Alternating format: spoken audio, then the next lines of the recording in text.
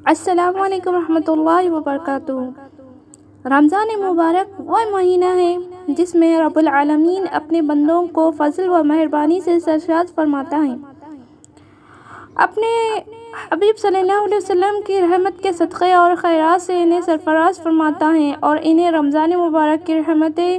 رحمتوں اور برکتوں اور بخشش سے بہرہوار فرماتا ہے،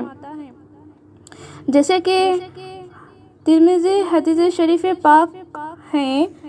جس کا نمبر 684 ہے۔ حضرت ابو ہریرہ رضی اللہ تعالیٰ عنہ سے روایت ہے، انہوں نے فرمایا، حضرت رسول اللہ صلی اللہ علیہ وسلم نے ارشاد فرمایا، جب رمضان مبارک کی پہلی رات آتی ہے تو شیطان اور سرکش جن جگڑ دیے جاتے ہیں اور دوزخ کے دروازوں کو بند کر دیا جاتا ہے اور ان میں کوئی دروازہ کھلا نہیں جاتا، اور جنت کے دروازوں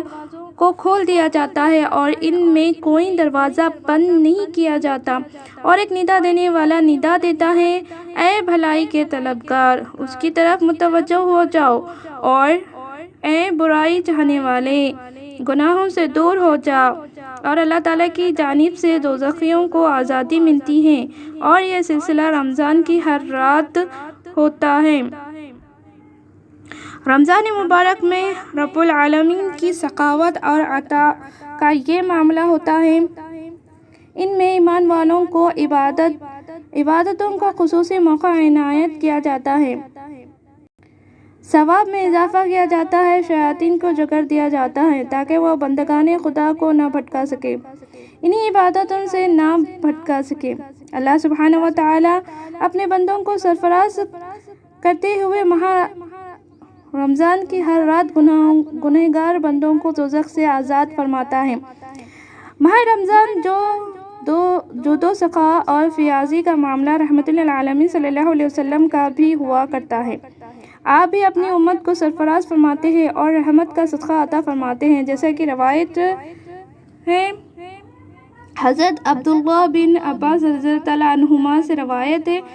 آپ نے فرمایا، جب ماہ رمضان شروع ہوتا ہے تو حضور اکرم صلی اللہ علیہ وسلم ہر قیدی کو آزاد کر دیتے اور مانگنے والوں کو عطا فرماتے۔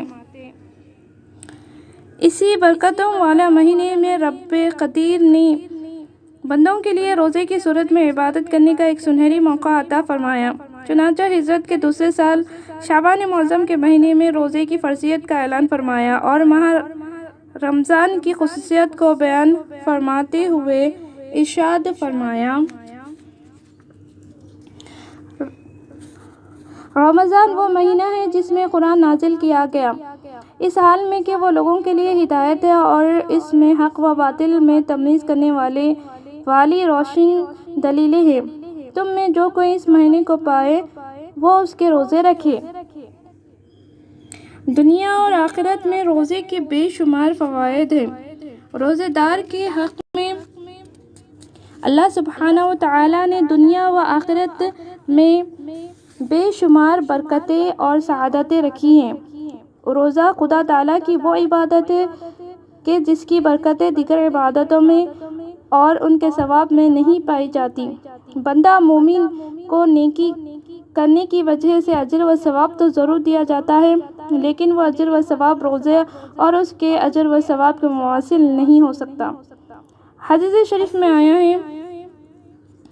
یہ جامع ترمذی کی حدیث شریف ہے جس کا نمبر ہے 769۔ حضرت ابو ہریرہ رضی اللہ عنہ سے روایت ہے، انہوں نے فرمایا، حضرت رسول اللہ صلی اللہ علیہ وسلم نے ارشاد فرمایا، بے شک تمہارا پروردگار فرماتا ہے، ہر نیکی کا اجر 10 گنا سے 700 گنا تک دیا جاتا ہے، اور روزہ خالص میرے لیے ہے اور میں ہی اس کا صلہ عطا کرتا ہوں۔ روزہ دوزخ کے لیے ڈھال ہے اور روزے دار کی منہ کی بو اللہ تعالیٰ کے نزدیک مشک سے زیادہ خوشبودار ہے، اور اگر کوئی نادان تم میں سے کسی روزے دار سے ناز پیار حرکت کرے تو اسے چاہیے کہ وہ کہے، میں روزے دار ہوں۔ اس حدیث شریف میں یہ بات آشکار ہوتی ہے کہ رب القدیر نے ہر عبادت کا بدلہ اس کے ہر اطاعت کا صلہ ثواب کی شکل میں مقرر کیا ہے، لیکن روزہ خدائے تعالیٰ کی ایک ایسی عبادت ہے جس کا بدلہ خود خالق کائنات ہو جاتا ہے اور روزے دار کو اپنے دیدار پر انوار سے مشرف فرماتا ہے۔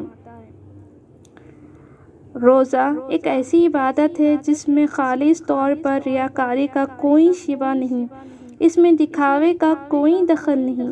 اللہ سبحانہ و تعالیٰ نے روزے دار کے لیے خصوصی سرفرازی کا جو وعدہ فرمایا، اسی سے متعلق تفصیل بیان کرتے ہوئے صحیح بخاری علامہ حافظ ابن حجر عسقلانی رحمۃ اللہ علیہ فرماتے ہیں، اللہ تعالیٰ ہی بہتر جانتا ہے۔ دراصل اس نے روزے کو اس لیے مخصوص فرمایا کیونکہ روزہ انسان کے عمل سے ظاہر نہیں ہوتا، اس لیے کہ وہ دل ہی میں پوشیدہ چیز ہے، اور اس بات کی تائید حضور پاک صلی اللہ علیہ وسلم کے ارشاد سے ہوتی ہے کہ روزے میں دکھاوا نہیں ہے۔ امام ظاہری رحمۃ اللہ علیہ فرمایا، بات یہ ہے کہ اعمال حرکات کے ساتھ ہوا کرتے ہیں، لیکن روزہ صرف نیت پر موقوف ہوتا ہے اور نیت لوگوں سے پوشیدہ رہتی ہے۔ روزے دار اپنے مولا کو راضی کرنے کے لیے سورج کی حرارت کو برداشت کرتا ہے، لیکن پانی کا ایک قطرہ اپنے حلق کے نیچے جانے نہیں دیتا۔ بھوک کی شدت پر بھی صبر کرتا ہے، لیکن کھانے کا ایک دانہ اپنے پیٹ میں جانے نہیں دیتا، اور روزے دار کے اس عمل کا کسی کو شعور نہیں ہوتا، حتیٰ کہ وہ تنہائی میں ہوتا ہے، اس کے ساتھ کوئی اور شخص نہیں ہوتا۔ ایسے وقت اگر وہ کچھ کھا لے اور پی لے تو اسے کوئی پوچھنے والا نہیں ہوتا، تب بھی وہ کوئی چیز کھانے پینے کی ضرورت نہیں کرتا، کیونکہ اس کے دل میں خدا تعالیٰ کا خوف ہوتا ہے۔ وہ اللہ رب العزت کی رضا اور خوشنودی حاصل کرنے کے لیے ان ظاہری صفتوں کو سہتا ہے، نفسانی خواہشات سے پرہیز کرتا ہے، گناہوں سے گریز کرتا ہے، شیطان کے وسوسوں سے بچنے کی کوشش کرتا ہے۔ یہی وہ وجہ ہے کہ حدیث شریف میں روزے کو دوزخ کی آگ سے بچنے کا ڈھال کہا گیا، چونکہ روزے دار جب اللہ تعالیٰ اور اس کے حبیب پاک صلی اللہ علیہ وسلم کی اطاعت میں اخلاص وحلیت کا ساتھ ہمتر مصروف ہو جاتا ہے اور شریعت مطہرہ کے خلاف ورزی سے وہ اپنے دامن کو بچا لیتا ہے، تو روزہ اس کے حق میں دوزخ کے لیے ڈھال بن جاتا ہے اور روزے کے باعث دوزخ سے چھٹکارا نصیب ہو جاتا ہے۔ جب روزے دار اپنے مولا کا قرب حاصل کرنے کے لیے اخلاص کے ساتھ روزہ ادا کرنے کے لیے مشقتیں برداشت کرتا ہے، نفسانی خواہشات کو پامال کر دیتا ہے، تو رب العالمین نے روزے دار بندے کو اپنی خوشنودی سے سرفراز کرنے اور اسے اپنی خصوصی رحمتوں سے نوازنے کا وعدہ فرمایا ہے، جس کی خبر ہمیں نبی برحق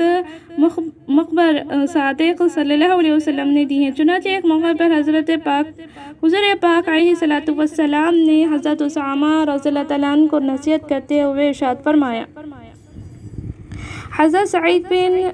زید بن عمر بن نفیل رضی اللہ تعالیٰ عنہ سے روایت ہے کہ انہوں نے فرمایا، میں نے حضرت رسول اللہ صلی اللہ علیہ وسلم سے سنا کہ آپ نے حضرت اسامہ بن زید رضی اللہ تعالیٰ عنہ کی طرف متوجہ ہو کر ارشاد فرمایا، اے اسامہ،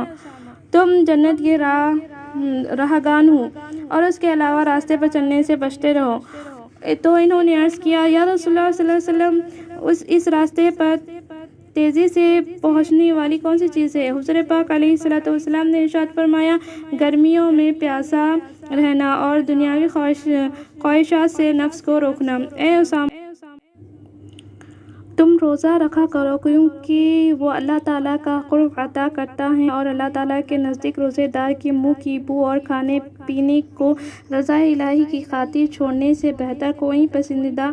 چیز نہیں۔ اگر تم ایسا کر سکتے ہو کہ تمہارا انتقال کے وقت تمہارا پیٹ بھوکا اور جگر پیاسا ہو تو تم ایسا کرو، جس کے سبب تم آخرت آخرت میں بلند مقام پاؤ گے اور انبیاء کرام کی خدمت میں رہو گے اور تمہارے ان کی خدمت میں حاضر ہونے کی وجہ سے وہ خوش ہوں گے اور اللہ سبحانہ و تعالیٰ تم پر رحمت نازل فرمائے گا۔ روزہ من جملہ فوائد میں یہ بھی ہے کہ اس میں روزے دار کی عملی و اخلاقی تربیت ہوتی ہے، وہ نعمتوں کی قدردانی کرنے والا اور خدا کی عطا پر شکر کرنے والا بنتا ہے اور مصائب و مشکلات پر صبر کرنے کے عادی ہو جاتا ہے اور خود کھانے پینے سے رکے رہنے کی وجہ سے غربہ و نادار اور بھوک و فاقہ سے دوچار افراد سے متعلق اس کے دل میں غمگساری کا جذبہ پیدا ہوتا ہے۔ طبی لحاظ سے بھی روزے کے کئی فوائد ہیں۔ بالاضافہ روزہ رکھنے سے انسانی صحت برقرار رہتی ہے۔ طبی ماہرین کا بیان ہے کہ معدہ کو طویل وقت تک غذا سے خالی رکھنا کئی جسمانی امراض کا علاج ہے۔ بھوک کی وجہ سے معدے کے فاسد مادہ زائل ہو جاتے ہیں۔ علاوہ اس سے روزہ انسان کو درپیش ہونے والے کئی امراض کا مؤثر ذریعہ علاج ہے۔ بلڈ پریشر، نظام ہاضمہ، شوگر اور اس جیسی کئی عوارض جسمانیہ کی روک تھام کے لیے بہت مفید ہے۔ ان خوبیوں اور فوائد کے پیش نظر روزے کو صرف رمضان کی حد تک محدود نہیں کیا گیا۔ جس طرح فرض نمازوں کے علاوہ نفل نمازیں بھی ادا کی جاتی ہیں، صدقہ واجبہ اور زکوٰۃ کے علاوہ نفل صدقہ خیرات اور عطیات دیے جاتے ہیں، اسی طرح رسول کریم صلی اللہ علیہ وسلم نے نفل روزے کی بھی ترغیب دلائی اور اسے جنت میں داخل ہونے کا بہترین ذریعہ قرار دیا، جیسا کہ مسند امام احمد میں حدیث پاک ہے۔ حضرت ابو امیمہ رضی اللہ عنہ سے روایت ہے، انہوں نے فرمایا، میں حضرت رسول اللہ صلی اللہ علیہ وسلم کی خدمت میں حاضر ہوا اور عرض کیا، مجھے ایسا عمل کا حکم فرمائیں جو مجھے جنت میں داخل کرے۔ حضور پاک علیہ الصلوۃ والسلام نے ارشاد فرمایا، تم روزے کا اہتمام کرو کیونکہ کوئی عمل اس کے مماثل نہیں۔ میں حضور پاک علیہ الصلوۃ والسلام کی خدمت میں دوبارہ حاضر ہوا تو آپ علیہ الصلوۃ والسلام نے ارشاد فرمایا، تم روزے کا اہتمام کرو۔ خدا تعالیٰ کی یہ سرفرازی اور کرم نوازی اپنے نیکوکاروں، روزے دار، عبادت گزار اور پرہیزگار بندوں کے لیے ہے،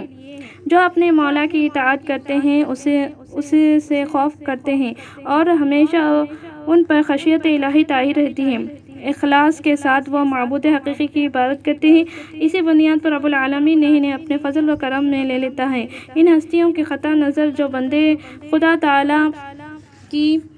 نافرمانی کرتے ہیں، اس کی اور اس کے حبیب پاک صلی اللہ علیہ وسلم کی اطاعت سے روگردانی کرتے ہیں، وہ عبادت تو صرف کرتے ہیں لیکن اس میں اخلاص نہیں ہوتا، وہ روزہ تو رکھتے ہیں لیکن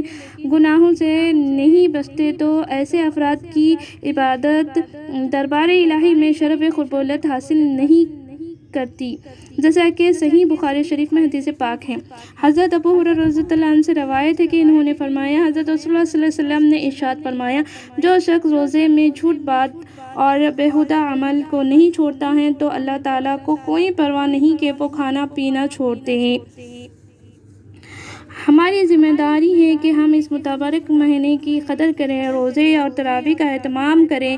بلا عذر شرعی روزہ نہ چھوڑیں اور بطور خاص روزے کی حالت میں ناجائز و حرام کاموں کے علاوہ مکروہات و متشابہات سے بھی بچتے رہیں۔ آخر میں دعا ہے کہ اللہ تعالی ہمیں رمضان مبارک کی رحمتوں، برکتوں اور عنایات سے مالا مال فرمائے، احکام شریعت پر پابندی کرنے اور برائیوں سے اجتناب کرنے کی توفیق عطا فرمائے، آمین بجاہ سیدنا طہ و یاسین صلی اللہ تعالی وبارک وسلم علیہ وعلی آلہ وصحبہ اجمعین، وآخر دعوانا ان الحمد للہ رب العالمین۔